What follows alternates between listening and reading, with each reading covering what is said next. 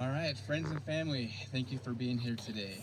We're gathered to celebrate one of life's greatest moments, the joining of two hearts. In this ceremony, we all have the privilege to witness the joining of Brandon and Hollie's hearts in marriage here today. For them, out of the routine of ordinary life, the extraordinary is transpiring.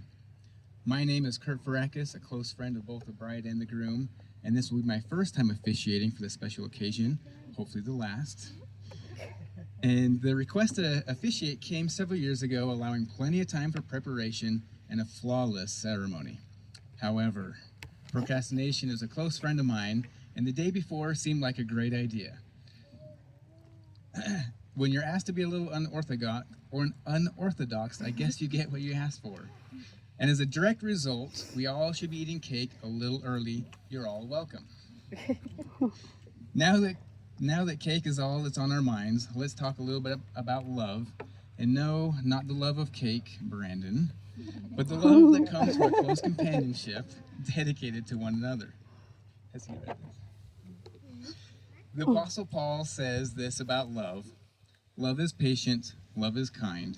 It does not envy, it does not boast, it is not proud, it is not rude, it is not self-seeking, it is not easily angered, it keeps no record of wrongs, it does not delight in evil, but rejoices with the truth. It always protects, always trusts, always hopes, always preserves. Both Hollie and Brandon are full of this kind of love. I've had the privilege to know both for decades and witness this personally, not only for each other, but for all of their family and friends. I've known Hollie dating back since 2004 when I was on a mission to Canada for the Church of Jesus Christ of Latter-day Saints. Back when her dad was a mission leader and we'd meet at their home weekly, I have fond memories of laughter and love in their home. Hollie had a great start from her youth in the Great White North, where being polite and loving is very much a part of the culture. Brandon, on the other hand, has parents Kevin and Susan who know how to crack a whip. And for good reason. You guys know Brandon? They also are some of the most loving people that I've had the privilege to know. They've given Brandon a great foundation to lead such a beautiful family in love, strength, and responsibility. Brandon and Hollie have helped our family more than most will ever know, sacrificing some of the most important things in their lives in exchange for ours. They are a source of trust, laughter, encouragement, and love. Thank you both. You're forever loved. Now on to the vows. It was Brandon's great idea to exchange deep, thoughtful, long, and poetic, self-written vows to express their undying love here and now, in public and from memory. But for the sake of cake, I think we'll skip this instead and have them email us. How does that sound, y'all? I know Hollie was looking forward to this, but again, check your email, maybe your spam. I'm sure it'll come at some point. So now, without further ado, let's proceed to the declaration to one another before these witnesses. Brandon and Hollie will pledge themselves to each other.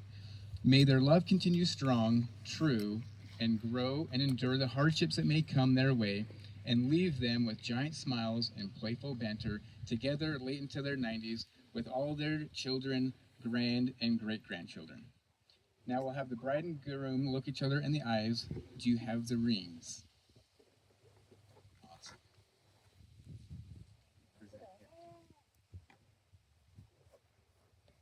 Okay.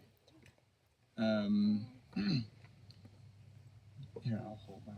You guys can hold each other's hands.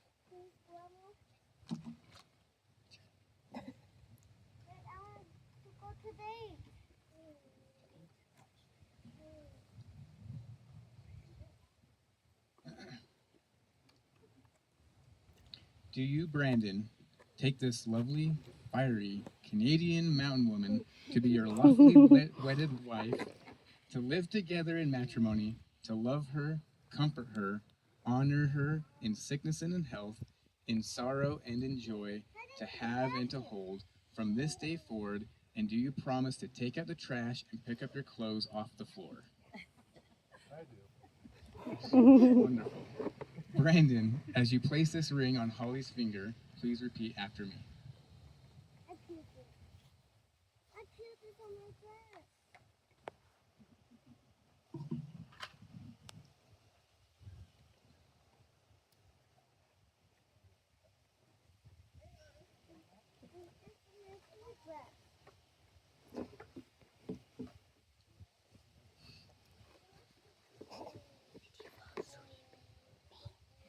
I usually deny help when she's driving. She's driving.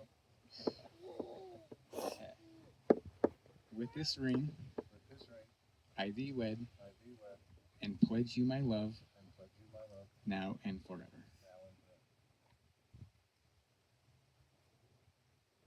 Okay. Do you, Holly, take this shaggy and sometimes smelly, playful mountain man to be your lawfully wedded husband, and live together in matrimony, to love him, comfort him, honor and keep him, in sickness and in health, in sorrow and in joy, to have and hold from this day forward, and do you promise to make him a sandwich when he is cranky? I do. Holly, as you place this ring on Brandon's finger, please repeat after me.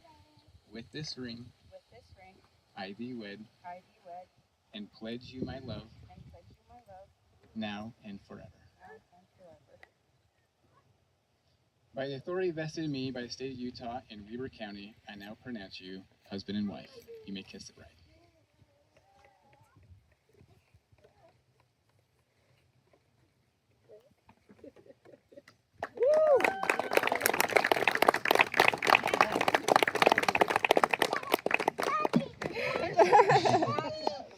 Thank you all for coming.